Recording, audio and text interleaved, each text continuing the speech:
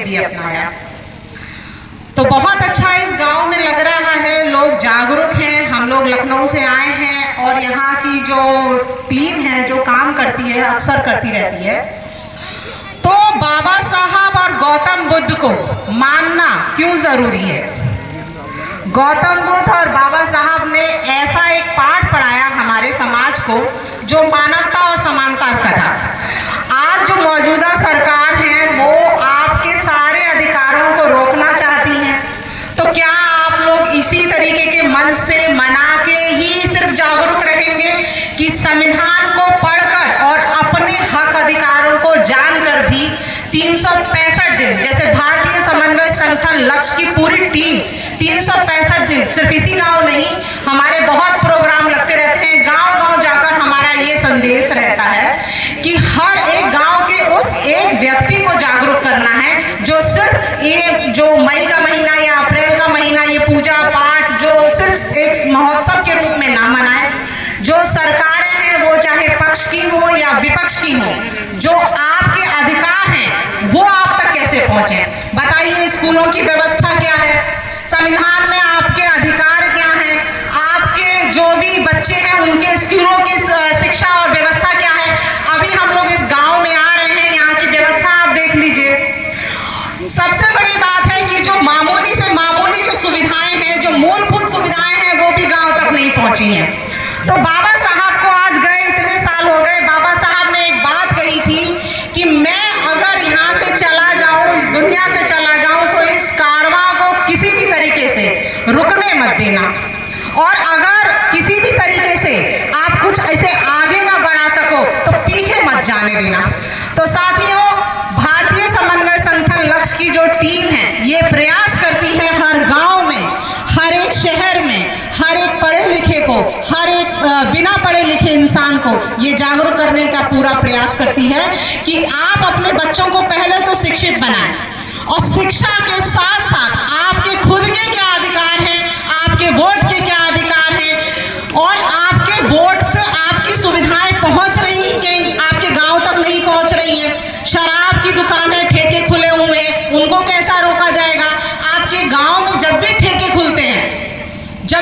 खुलते हैं, आप में से कितने लोग हैं जो उसका विरोध करके कहते हैं कि हमें यहाँ पे विद्यालय चाहिए? जो भी आपका प्रधान जीतता हो, जो भी आपका हो विधायक हो, कितने लोग हैं जो ये सोचते हैं कि हमें अपने मूलभूत अधिकारों के लिए लड़ना है? ये इकट्ठा होना यहाँ पे बड़ी बात नहीं है। आप अपने लोग हैं, एक विचार के लोग हैं, एक मंच के नीचे आ जाएंगे, जुड़ जाएंगे, बात करेंगे, अपने विचार रखेंगे, हम आएंगे, हम अपने विचार रखेंगे।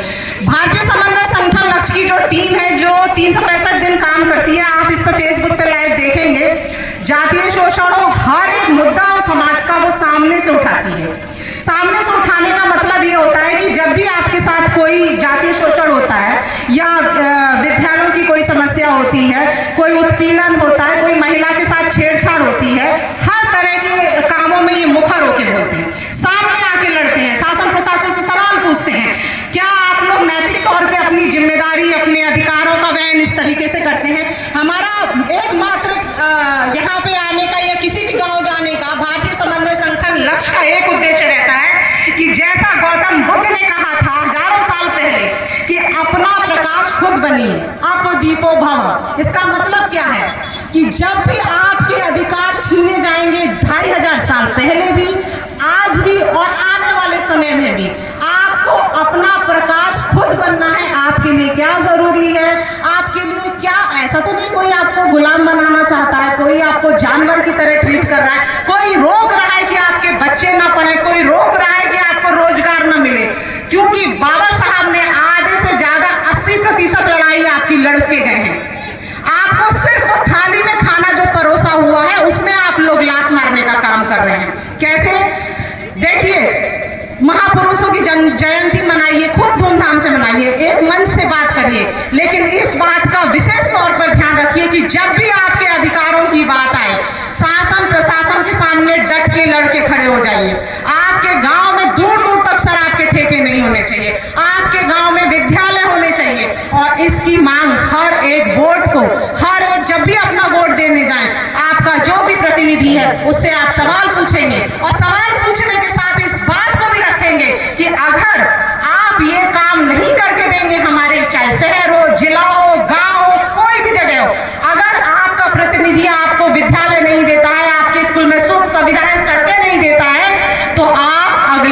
उसका चुनाव नहीं करेंगे। सरकारें पक्ष की हो विपक्ष की हो, क्योंकि हम भारतीय समन्वय संगठन लक्ष्य किसी राजनीतिक दल का नहीं है, ये सामाजिक कार्य है, सामाजिक कार्य करता है।